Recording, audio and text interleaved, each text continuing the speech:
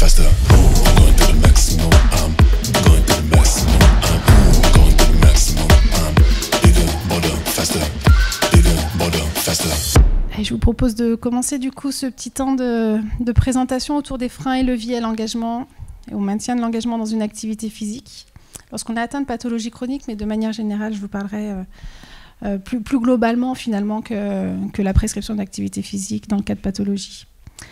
Alors voilà un peu le synopsis qui avait été posé ici. L'idée finalement que même si on sait, même si on est informé, même si on est convaincu en effet que l'activité physique est en tout point bonne pour sa santé, c'est pas facile. Et là c'est pour tout le monde pareil. Mais c'est pas facile de se motiver, c'est pas facile de se mettre en mouvement. Et parfois, il y a des stratégies peut-être que je vais essayer de vous exposer, ou en tout cas vous faire part de l'expérience donc, de personnes qui ont témoigné sur justement les freins et les leviers. Puis on discutera peut-être autour de vos freins et de vos leviers à la reprise d'une activité physique. Ou au maintien de l'activité physique, c'est deux choses différentes. Il y a le fait d'entrer dans la pratique, et puis il y a le fait de maintenir sa pratique sur le long terme.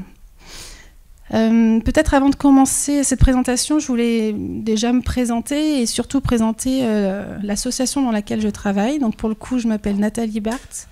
Je suis directrice du Gérontopole Auvergne-Rhône-Alpes. Donc, le Gérontopole Auvergne-Rhône-Alpes, c'est une association qui a pour objectif de mettre en place toutes sortes d'actions, plutôt d'actions de prévention au service donc, du bien vieillir. C'est un centre de ressources, c'est-à-dire un centre de recherche plutôt interventionnel.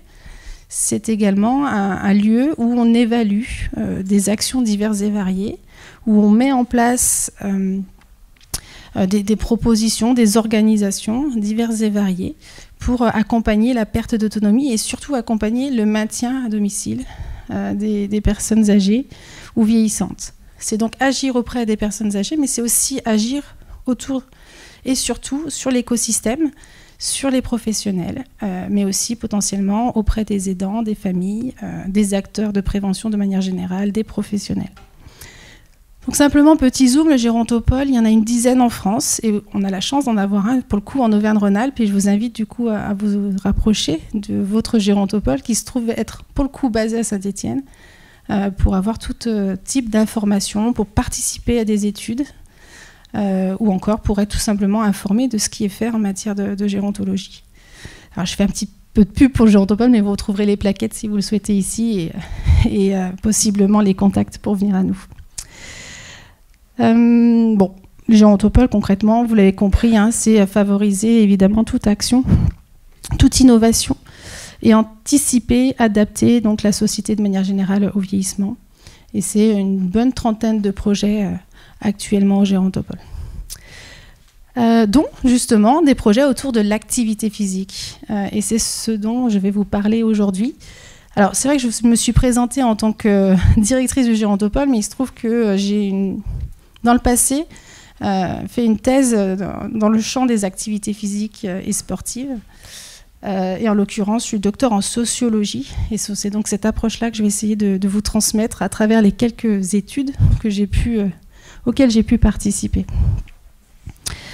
On y vient donc à l'activité physique. Je ne vais peut-être pas revenir sur tout ce petit contexte parce que je pense qu'on vous en a déjà évoqué pas mal ce matin, les questions de sédentarité, les questions d'activité physique, les questions de sport, les questions d'activité physique adaptée et tout ce contexte-là. Mais bon, pour parler de freins et leviers, il faut quand même savoir de quoi on parle. La sédentarité, c'est finalement la position dans laquelle on est aujourd'hui, à savoir assis. Et c'est dans l'état dans lequel tous les mouvements sont réduits donc, au strict minimum et où donc, la dépense énergétique est proche de celle de zéro. La sédentarité, c'est typiquement la nuit, le repos, le sommeil, mais c'est aussi tout ce que vous pouvez voir ici imagé, tout le temps passé sur les écrans, tout le temps aussi passé dans les transports inactifs. Si on prend le parallèle avec la mobilité active, je crois qu'on en a parlé aussi un petit peu ce matin, possiblement. Et donc, finalement, quand on prend sa voiture, on est aussi sédentaire. Et donc, il y a ici un levier peut-être à bouger plus au quotidien en adoptant de la mobilité active, en dehors même de l'activité physique. Et puis, il y a nos habitudes, parce que de plus en plus sédentaires. Dans la vie professionnelle, c'est de plus en plus marqué, avec le travail souvent sur écran. c'est le drive, c'est évidemment les habitudes qui peuvent générer de la sédentarité. Alors ça aussi, peut-être qu'on l'a évoqué ce matin, bouger, c'est vital. Je ne vais pas revenir sur tous les bénéfices physiologiques, je pense que ça a été le cas, mais quand même, on se rend bien compte que si on remplace 30 minutes de sédentarité par jour par 30 minutes d'activité physique, on réduit concrètement la mortalité prématurée de 17%. Donc c'est toujours bien de se le rappeler. Et si ces 30 minutes sont employées sur une activité physique plutôt à intensité, la mortalité prématurée baisse de 35%. Vous voyez ici le schéma, concrètement, entre le volume d'activité physique et les bénéfices perçus pour sa santé en fonction donc, du niveau d'activité physique. 30 minutes d'activité physique modérée par jour réduit aussi le risque évidemment d'accident cardiovasculaire. Là encore, c'est une approche très physiologique, mais on va voir que les bénéfices, même si ce n'est pas l'objet de la présentation, vont bien plus loin que les bénéfices physiologiques. Ce qui crée le maintien de l'engagement, c'est souvent justement les autres bénéfices, c'est-à-dire le capital social, le fait de rencontrer du monde, le fait d'aller dans un groupe, de partager son expérience, et c'est ce sur quoi je vais y revenir. Les bénéfices physiologiques, bien souvent, justifient financièrement les études, mais ne sont pas... les bénéfices physiologiques, bien sûr, sont importants, mais ce ne sont pas le seul levier pour un maintien dans l'engagement. Je ne sais pas si je me suis bien fait comprendre. Si. Alors, il y a cette question d'activité physique. Là, encore une fois, on a dû vous en parler peut-être ce matin. L'activité physique, ce n'est pas la même chose que l'activité physique adaptée. C'est encore pas la même chose que la pratique sportive. Et ça, c'est bien de le rappeler aussi. Quoi qu'il en soit, ça permet une dépense énergétique plus importante, évidemment, que la sédentarité. Ce qu'on entend derrière activité physique, c'est tous les mouvements qui entraînent donc une dépense d'énergie au-dessus donc de la dépense de base. On en a parlé tout à l'heure. Alors, quand on pense activité physique, quand on dit c'est bien de faire du sport pour sa santé, et bien souvent, on voit maintenant les campagnes de promotion à l'activité physique n'utilisent plus le mot sport, concrètement, parce que c'est pas forcément du sport qu'on cherche à pratiquer, mais on cherche juste à bouger plus, peu importe le moyen. Et ça passe par tout ça. Alors ça peut passer par le professionnel, bien entendu. Et ça peut passer aussi par le transport, je vous l'ai dit tout à l'heure, ce qu'on appelle la mobilité active, c'est-à-dire prendre le bus, c'est toujours mieux que prendre sa voiture. Évidemment, marcher, c'est toujours mieux que de prendre le tram. Le vélo, encore une fois, c'est toujours mieux qu'un déplacement aussi passif.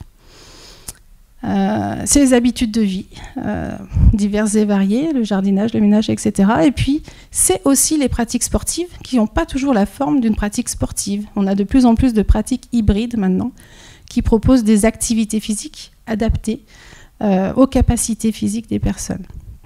J'y reviens pas trop là-dessus, mais ce qui est important peut-être d'avoir en tête, c'est que les modalités, les représentations sont différentes. Et le tout, c'est de trouver une pratique qui ait du sens pour vous et qui vous permette simplement de bouger. Et si possible, plusieurs fois, évidemment, de façon régulière. Alors les bénéfices, c'est ce que je vous disais tout à l'heure, bien entendu, c'est autour de...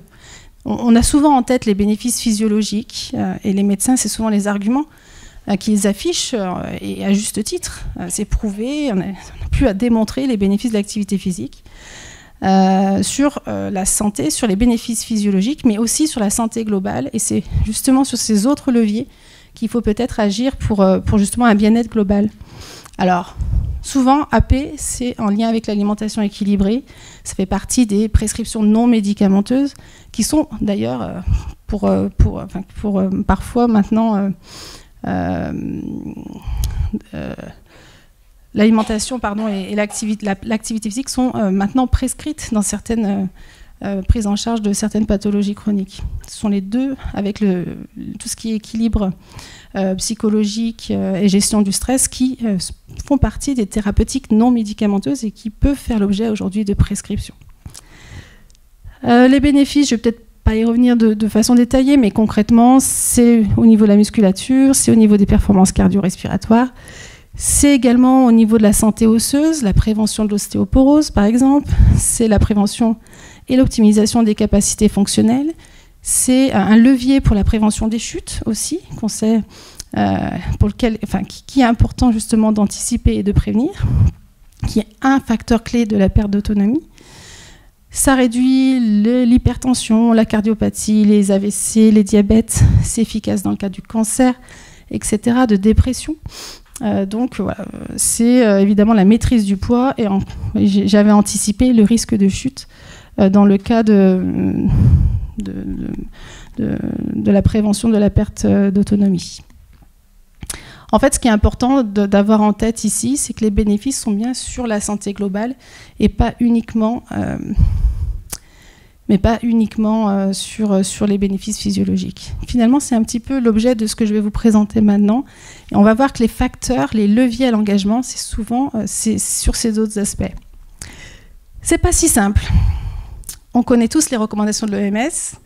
On a tous en tête les 10 000 pas par jour qui nous sont recommandés parfois, qui a été d'ailleurs une campagne de prévention qui a évidemment pas fonctionné, puisque bien souvent, je ne sais pas si vous regardez autour de vous, mais les personnes qui font 10 000 pas par jour, il n'y en a pas beaucoup de façon régulière. Mais quoi qu'il en soit, c'est pas si simple, et c'est pas si simple aussi de s'engager dans une pratique. Alors, vous avez ici un socio qui s'appelle Becker, qui, dès 1963, disait que finalement l'engagement, c'est un processus qui permet d'adopter des nouveaux comportements de santé, alors même qu'on n'est pas forcément initié à ces comportements-là.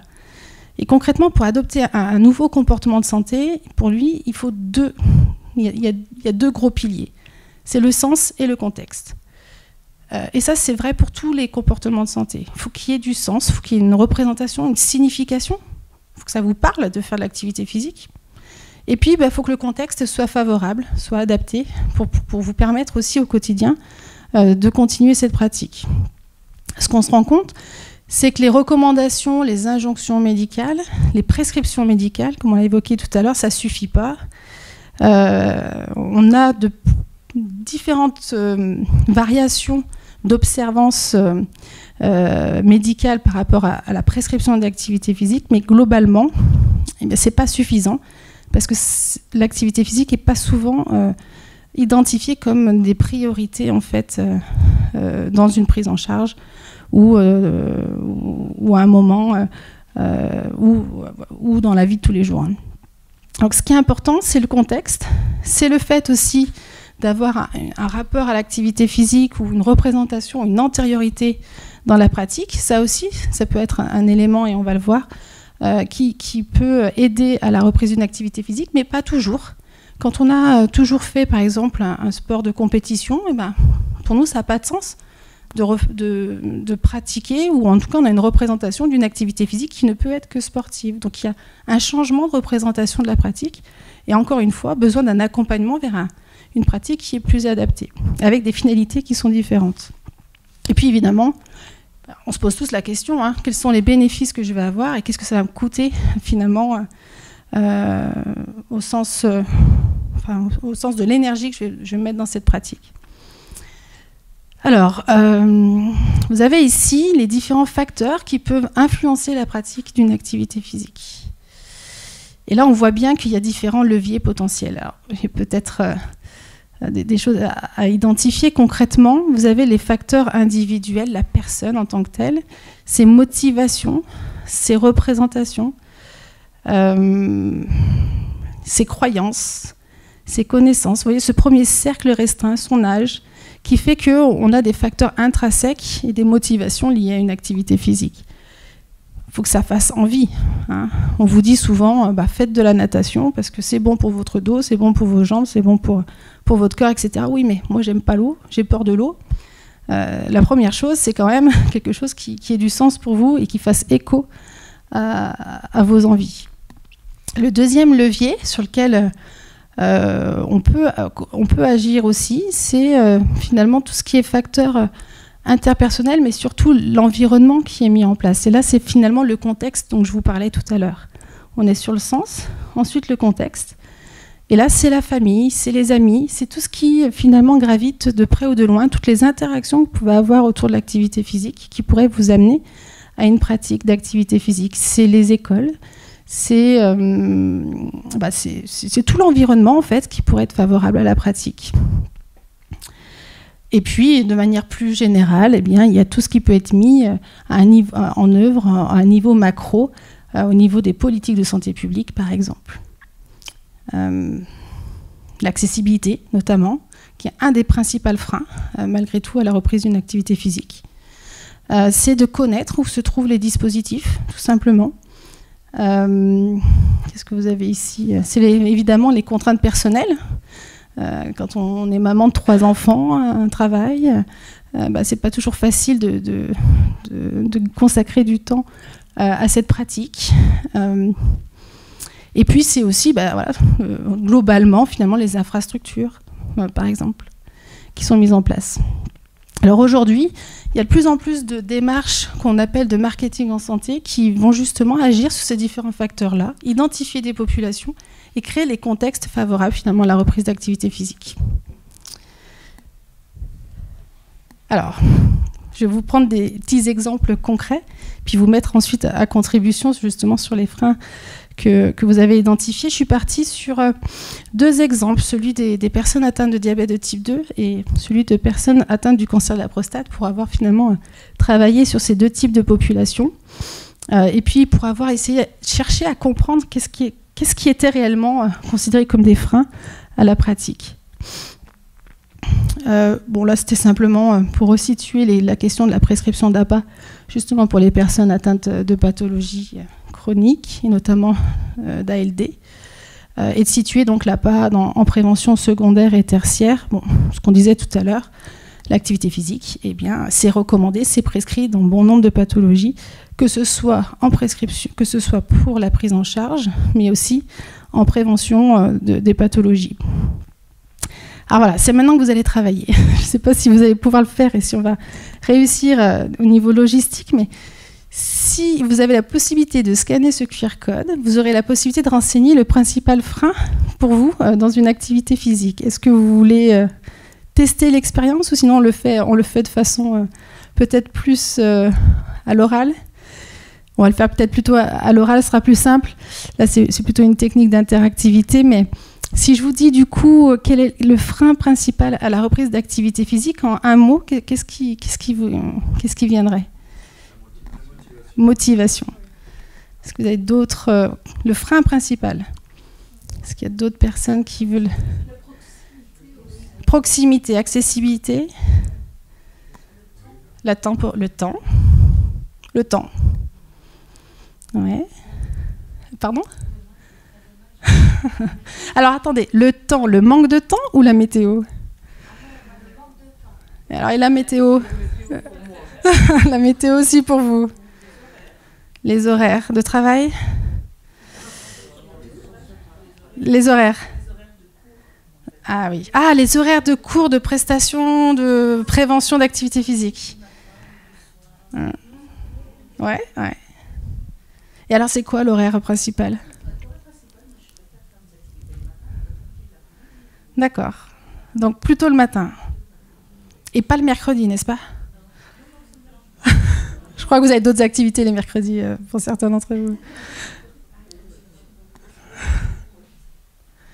Donc, on a dit la météo, le temps, le manque de temps. Qu'est-ce qu'on a dit d'autre? L'accessibilité, le fait que les propositions de séance ne soient pas forcément à des horaires adaptés.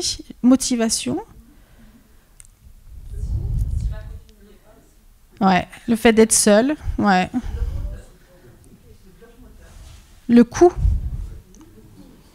Vous avez dit le bloc moteur. D'accord. Vous voulez dire les capacités... Ah oui. Ah, donc là, on est déjà sur les leviers. Hein. Vous avez un temps d'avance. Je vais revenir sur les freins, du coup, et sur les différentes études qu'on a mises en place, mais finalement, vous en avez dit certains.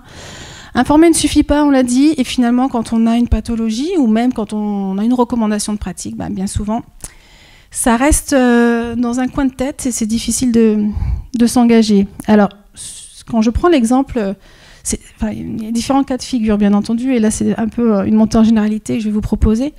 Mais concrètement, si on prend l'exemple du diabète de type 2, La recommandation d'activité physique, bien souvent, elle est relayée dans une deuxième intention.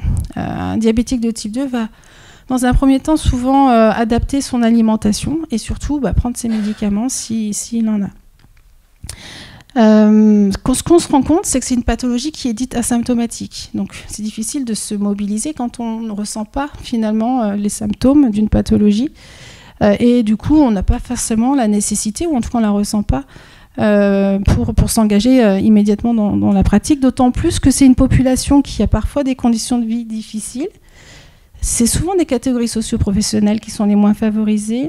Évidemment, le diabète de type 2 est associé au vieillissement. Il est associé évidemment à des baisses des capacités physiques qui sont liées à la perte, à l'avancée en âge.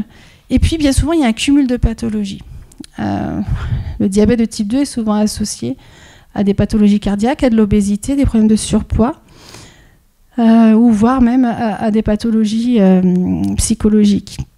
Donc concrètement, en fait, quand on a une annonce de diabète de type 2, eh bien, c'est pas facile parce qu'on ne se sent pas concerné par la pratique d'activité physique, d'autant plus qu'on se sent fragilisé et donc encore moins en capacité de s'engager dans une pratique. Souvent, les discours que j'ai pu avoir, c'est le sport, c'est bien, mais c'est pour les jeunes, typiquement.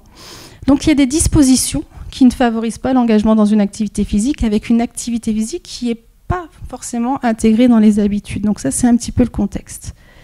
Donc, des gens qui vont finalement, comme je vous le disais, pas forcément s'engager dans la pratique. À l'inverse, les personnes qu'on a interrogées qui ont eu un diagnostic d'un cancer de la prostate, eux, ils ont vécu l'annonce du diagnostic vraiment comme une urgence. Ça ne veut pas dire qu'ils sont engagés tout de suite dans une activité physique, on le verra par la suite, mais pour autant, il y a un caractère létal associé à la pathologie, et tout de suite, on va dire un engagement dans les soins, une observance dans les soins, plutôt dans le traitement, et dans un deuxième temps, vers d'autres recommandations de santé, mais finalement pas franchement en lien avec l'activité physique. Donc globalement, il y a des résistances à la pratique d'une activité physique. Alors les freins, on l'a dit un petit peu juste avant, ce qu'on a pu relever dans ces études, c'est que souvent, quand on parle de faire du sport pour leur santé, suite à une annonce de diagnostic ou pas d'ailleurs, finalement on se dit que c'est un sport de compétition et que ça ne nous concerne pas. On n'a pas envie, parce que, évidemment, faire la pratique qu'on pouvait faire à 20 ou 30 ans, ce n'est pas adapté. Il y a le manque de structure adaptée, clairement. Alors, pas forcément les horaires qui ont été identifiés, mais surtout le fait qu'il n'y a pas près de chez soi, on ne sait pas où aller. Il y a surtout un manque de confiance en ses capacités. Puis là, on se dit, c'est bien, mais ce n'est pas pour moi, c'est pour les autres. Et puis surtout, il y a aussi la crainte du regard des autres. Et d'autres qui sont simplement pas prêts à entendre. Et on verra que par la suite, un des leviers, c'est la répétition des messages. Voilà, on n'est pas prêt à entendre à ce moment-là, c'est pas le moment. Dans le cas du traitement du cancer, eh bien, il y a des spécificités en plus, c'est que finalement, on a, avec le traitement, un rapport au corps qui a changé. Souvent fragilisé par le traitement, comme on peut le voir ici, et souvent adossé à une période de doute et de stress. Donc concrètement, eh bien, il y a une diminution globale des activités pendant les traitements et une difficulté de se réengager ou s'engager tout court dans une activité physique. Ça ne veut pas dire que les personnes sont inactives. Attention, beaucoup, évidemment, continuent et adoptent plutôt un style de vie actif. Alors, finalement, un peu en conclusion ici, ce qu'on se rend compte, c'est qu'il y a vraiment une importance des limitations physiques, il y a des barrières environnementales, organisationnelles, il y a les questions de douleur, de fatigue, de sommeil, d'incontinence dans le cas du cancer. Les conditions météorologiques, bien sûr, sont identifiées. La distance des lieux de pratique, le manque de temps, je crois qu'on en avait dit quand même certains. Et puis l'idée que le sport, c'est pas adapté, et une méconnaissance finalement des pratiques hybrides, ou en tout cas des pratiques d'activité physique adaptée. Il y a la peur de l'accident aussi, et ça c'est très vrai pour les personnes qui sont atteintes qui ont eu des pathologies cardiaques, avec la nécessité d'avoir un accompagnement finalement, comme il existe d'ailleurs les centres de rééducation qui accompagnent les gens justement à avoir confiance à nouveau à leur corps, qui est nécessaire. La manque de confiance, on l'a dit. La conscience, pour autant, que c'est important de bouger. Et d'autres, au contraire, qui vivent plutôt, qui n'ont pas spécialement, qui n'identifient pas spécialement le besoin d'une activité physique en plus de ce qu'ils font déjà. Finalement, les pratiques individuelles sont déjà inscrites dans les habitudes et finalement, pour le coup, les personnes atteintes de cancer, elles, évoquent vraiment une contrainte liée potentiellement à une dynamique de groupe. Ça dépend. Alors ça, c'est vraiment c'est beaucoup plus vrai chez les hommes que chez les femmes, en l'occurrence. Bon, on a parlé des freins, maintenant on va peut-être parler des leviers à la pratique. Je vais peut-être, voilà, comme on l'a fait tout à l'heure, à l'inverse. Ouais. Donc la dynamique de groupe pour le coup, ouais. C'est ce qui ressort vraiment.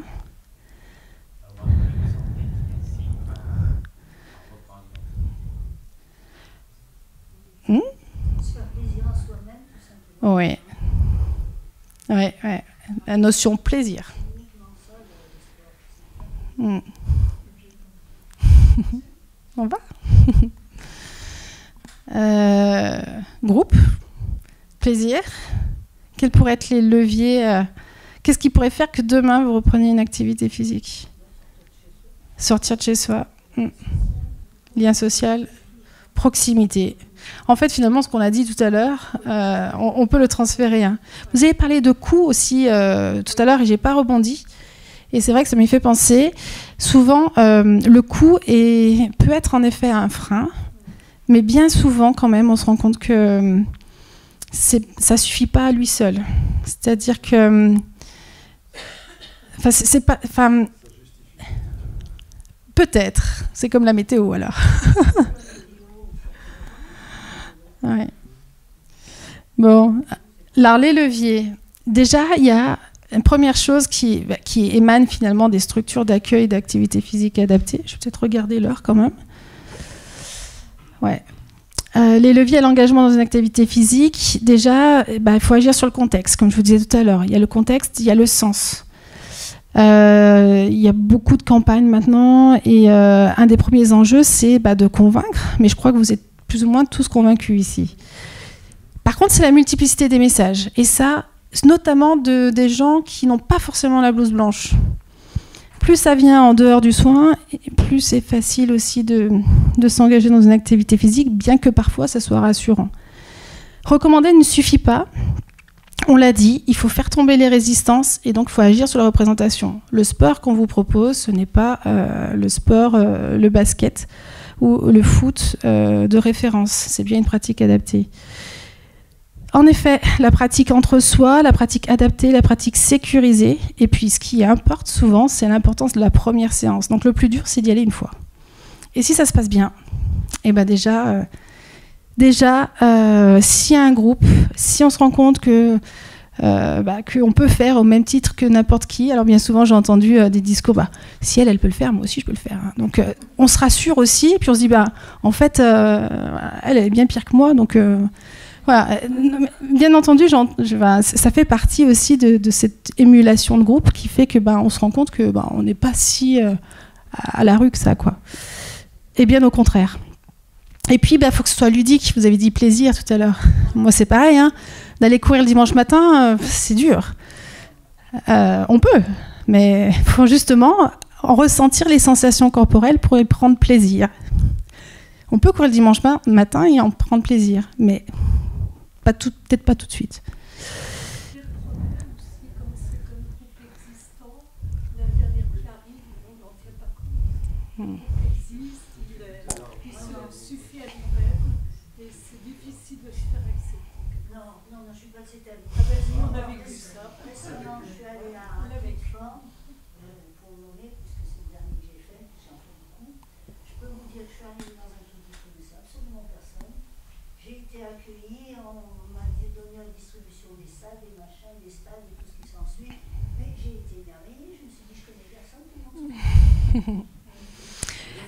Vous voyez là totalement,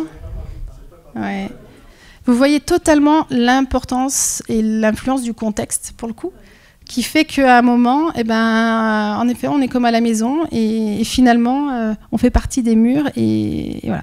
Mais évidemment, c'est tout le rôle évidemment de l'encadrement, de jouer ce rôle de passerelle et de pouvoir faire cette dynamique de groupe. Ouais.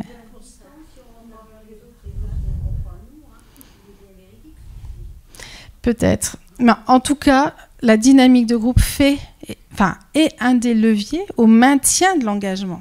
Si évidemment vous allez dans n'importe quelle situation, pas forcément dans l'activité physique, hein, si vous êtes sentez intégré dans un groupe, évidemment c'est plus facile pour y rester. Mais là, il y a un vrai enjeu justement de mobilisation et c'est le rôle des professionnels d'APA justement qui encadrent ces pratiques, de favoriser ces dynamiques de groupe. Parce que ce n'est pas forcément les bénéfices physiques ressentis, comme je vous le disais tout à l'heure, qui font que la personne va s'engager sur le long terme.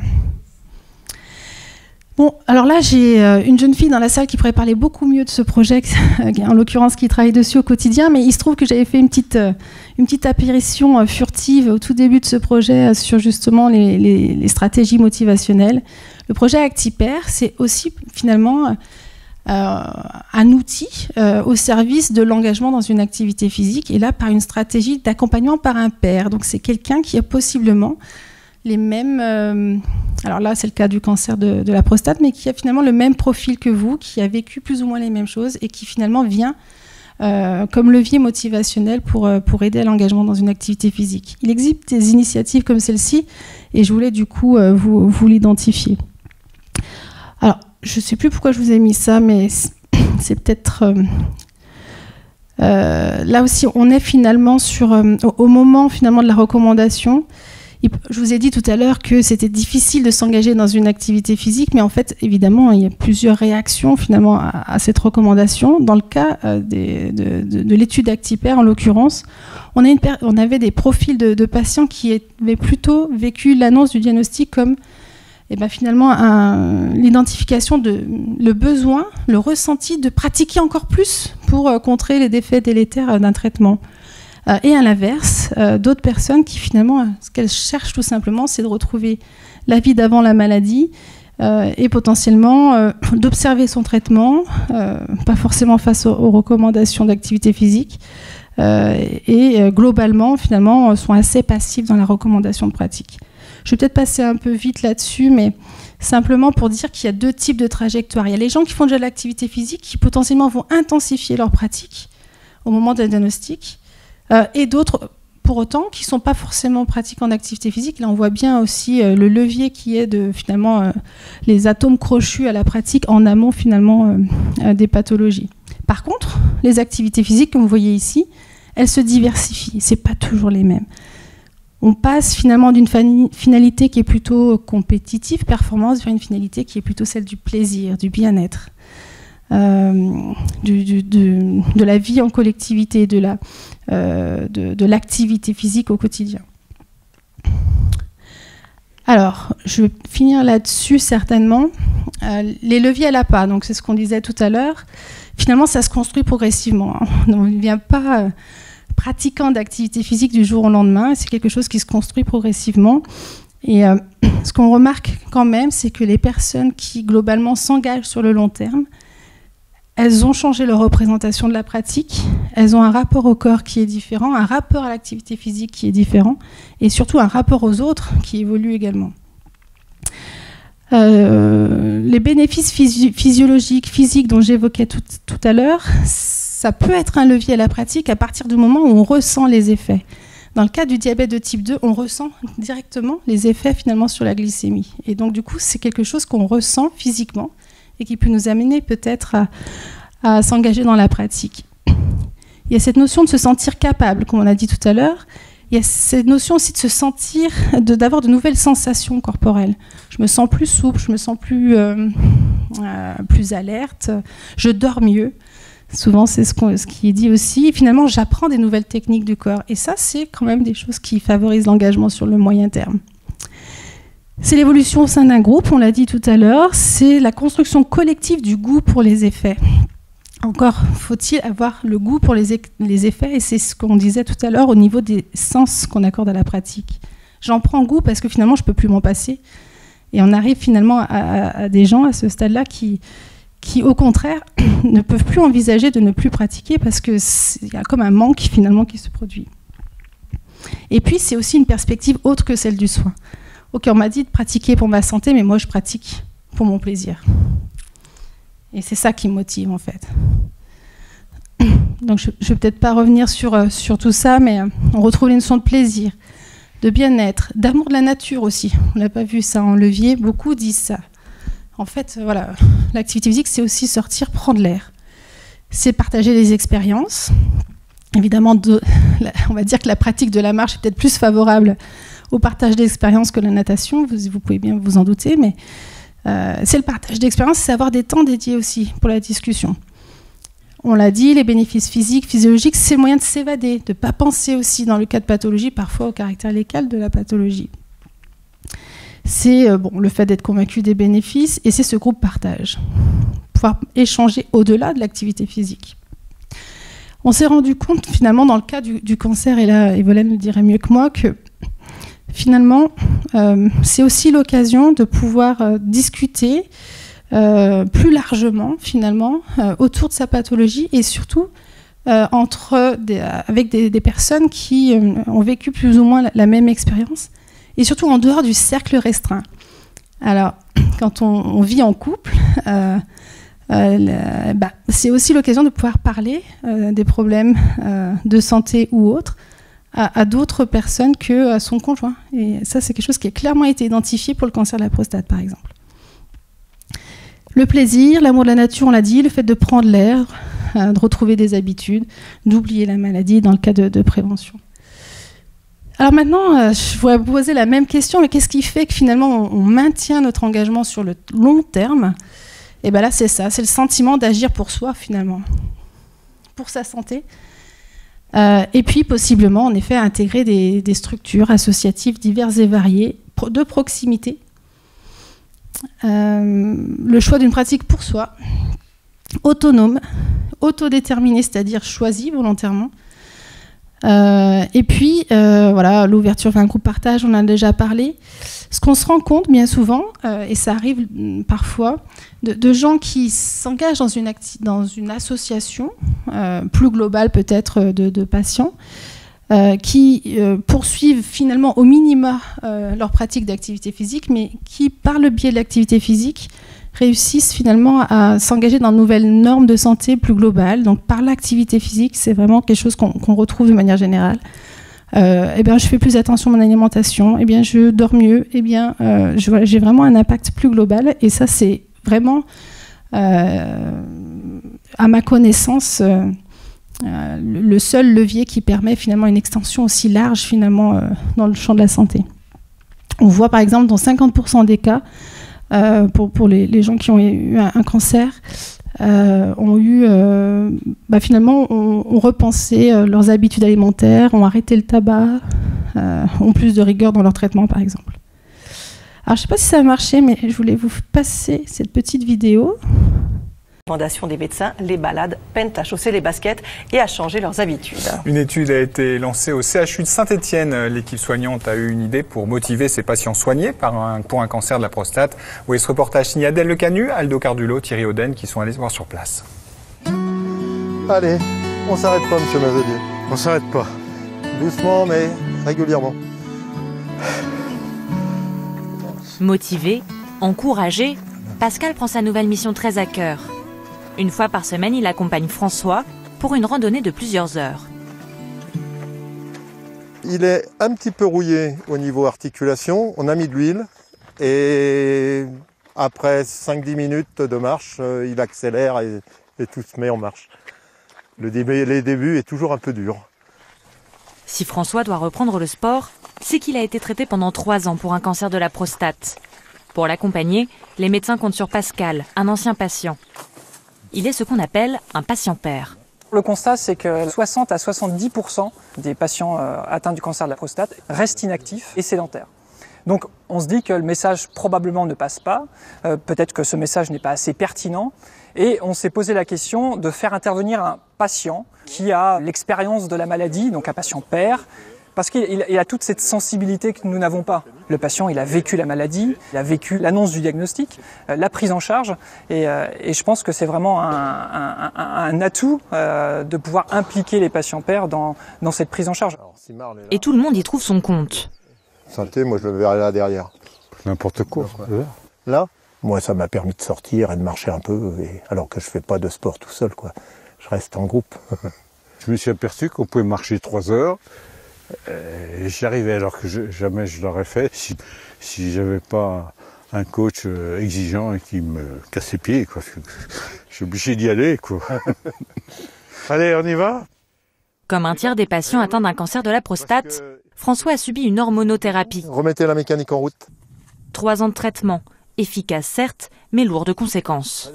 Les effets secondaires du traitement hormonal, c'est dans l'ordre de sévérité. C'est ce qu'on appelle le syndrome métabolique, qui est en fait presque un diabète. C'est une surmorbidité cardiovasculaire qui n'est pas forcément directement liée au syndrome métabolique. C'est l'ostéoporose, donc la fragilité osseuse qui est due au traitement hormonal. C'est une diminution de l'élan vital. On a moins de peps, on a moins de pêche quand on a un traitement hormonal. C'est justement là que l'activité physique entre en jeu. En faisant du sport, on diminue le risque d'avoir ces effets secondaires et on diminue le risque parfois de façon tellement importante qu'on gomme le risque. Après 1 mois et demi de randonnée hebdomadaire, François a gagné en forme et en assurance. C'est la première fois depuis sa maladie qu'il parvient à faire cette ascension. C'est une victoire, oui, c'est vrai, c'est vrai. Je surmonte ma douleur et aujourd'hui spécialement bien, alors, pourvu que ça dure. Les médecins surveilleront François pendant 1 an et verront s'il garde une activité physique régulière, avec ou sans Pascal. Alors tout ça, c'est finalement pour finir sur ces notions de qualité de vie. Alors là, vous avez évidemment une citation de l'OMS qui, globalement, finalement, ok, activité physique, est-ce que concrètement ça augmente ma qualité de vie ? On part du principe que ça agit sur la santé physique, sur l'état psychologique, sur le niveau d'indépendance, sur les relations sociales, les croyances, en lien évidemment avec son environnement. Et donc par ce biais-là, on peut imaginer quand même que l'activité physique est un levier justement pour optimiser sa qualité de vie. Attention à ne pas réduire la qualité de vie, encore une fois, au simple scope de la santé, puisqu'on peut finalement avoir des qualités de vie très bonnes en ayant finalement peut-être des pathologies ou globalement. Ce qui est important de garder en tête, c'est que l'activité physique, pour le coup, va permettre une approche vraiment globale de la personne avec tout ce qu'on a pu se dire jusqu'à présent. Pour finir, une APA intégrée dans l'habitude de vie, c'est finalement agir concrètement pour sa santé. On appelle ça le concept d'empowerment, d'avoir du pouvoir sur sa santé et finalement d'optimiser son degré, son niveau d'autonomie dans la pratique. Et ben, ça peut prendre différentes formes, encore une fois. C'est simplement peut-être trouver son place dans un groupe, on l'a dit tout à l'heure, tout simplement, si tant est ce soit simple. C'est peut-être pratiquer seul, c'est être capable de se contraindre soi-même, c'est-à-dire de aller à pied jusqu'au centre-ville, par exemple. C'est redéfinir ses priorités. Ok, le diabète, c'est un médicament, mais c'est aussi l'alimentation et l'activité physique. C'est être observant des recommandations de pratique. Alors ça, évidemment, mais pas toujours facile. C'est reconnaître ses difficultés, solliciter des personnes, justement, pour pallier ces difficultés, trouver de l'aide. C'est ça aussi, être autonome, finalement, c'est être en capacité de demander de l'aide. C'est savoir s'entourer, le réseau de sociabilité, bien entendu, qui peut être un levier. Je crois que c'est un des principaux qui a été clairement identifié. C'est de prendre en main son traitement, ok, mais au-delà du traitement, et puis modifier justement ses comportements de santé de manière générale. Concrètement, c'est quoi avoir du pouvoir dans sa trajectoire de vie et déterminer l'idéal du patient idéal, si on ose dire, son propre bien. Et ça, c'est vous qui l'identifiez avec finalement le contexte qui est favorable à votre épanouissement personnel, le contexte et les significations qui sont associées. Voilà sur la présentation de diapo. Je ne sais pas si vous avez des questions particulières ou si vous voulez revenir sur certains sujets. fait, il n'y a pas... Comment dire? Il y a plein de leviers. Il y a plein de freins aussi. Et il n'y a que vous qui avez la clé. Parce que ça dépend vraiment de vos styles de vie, de vos envies, du contexte qui est le vôtre. Mais peut-être ce qu'il faut garder en tête, c'est plus facile d'y aller à plusieurs ou dans un premier temps pour favoriser finalement un engagement sur le plus long terme. C'est vraiment ça qui ressort de l'ensemble des études.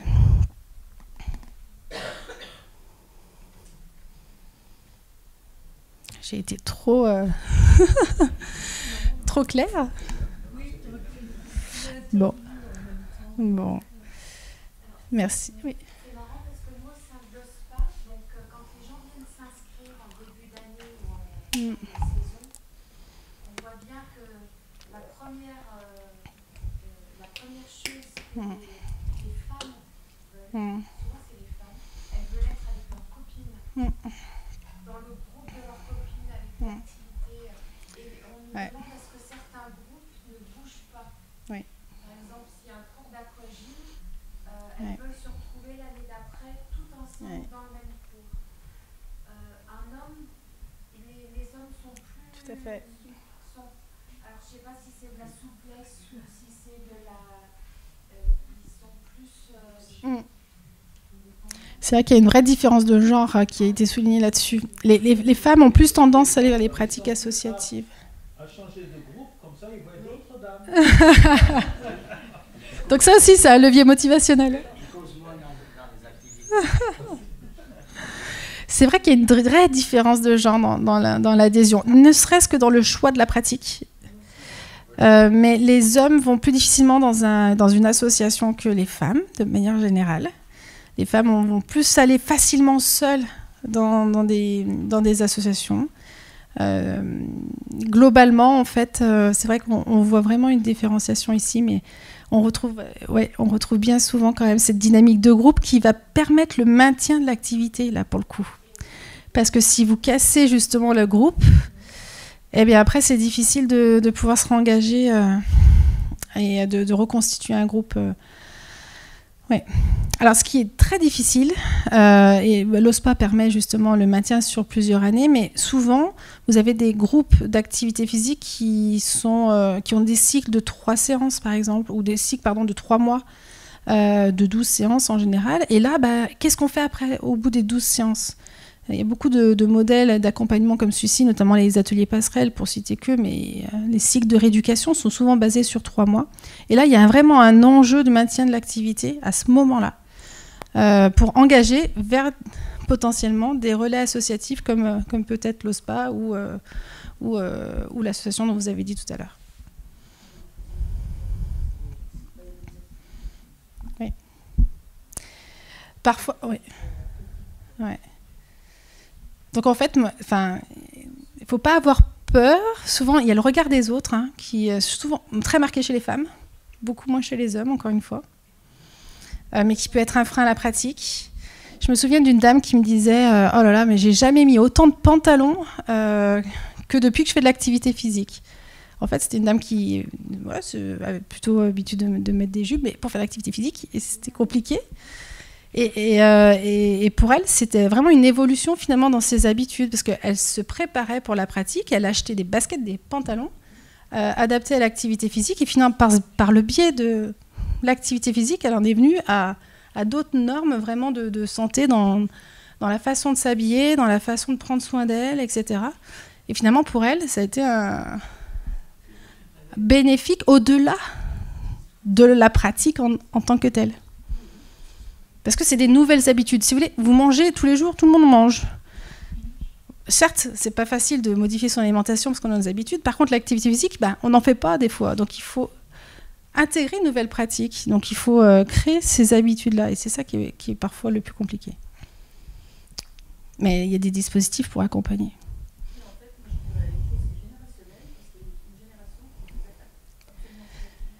Ouais.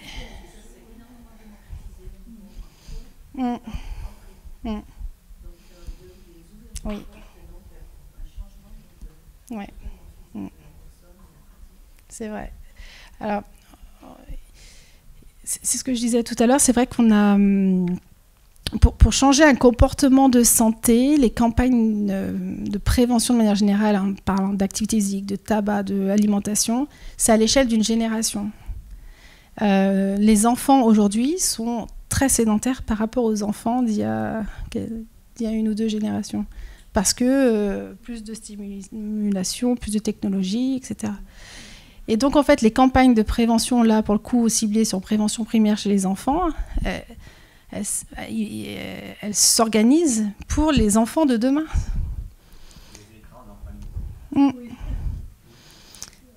Et le contexte, là, c'était le niveau macro, finalement, que vous disiez tout à l'heure, ce que vous êtes en train de dire là, qui a un levier aussi pour les pratiques. Mais un des principaux leviers, c'est de se dire que c'est pas pour les autres, c'est pour soi aussi, et que il faut tester. Il y a des pratiques qui sont plus favorables aux uns qu'aux autres, des contextes qui sont plus favorables aux uns aux autres.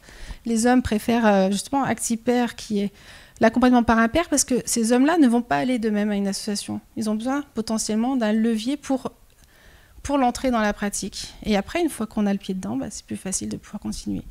Donc il y a des dispositifs, de nombreux dispositifs qui existent, et il ne faut pas hésiter à aller en voir un. Ce n'est pas parce que ça se passe mal à un endroit que ça va se passer mal à un autre.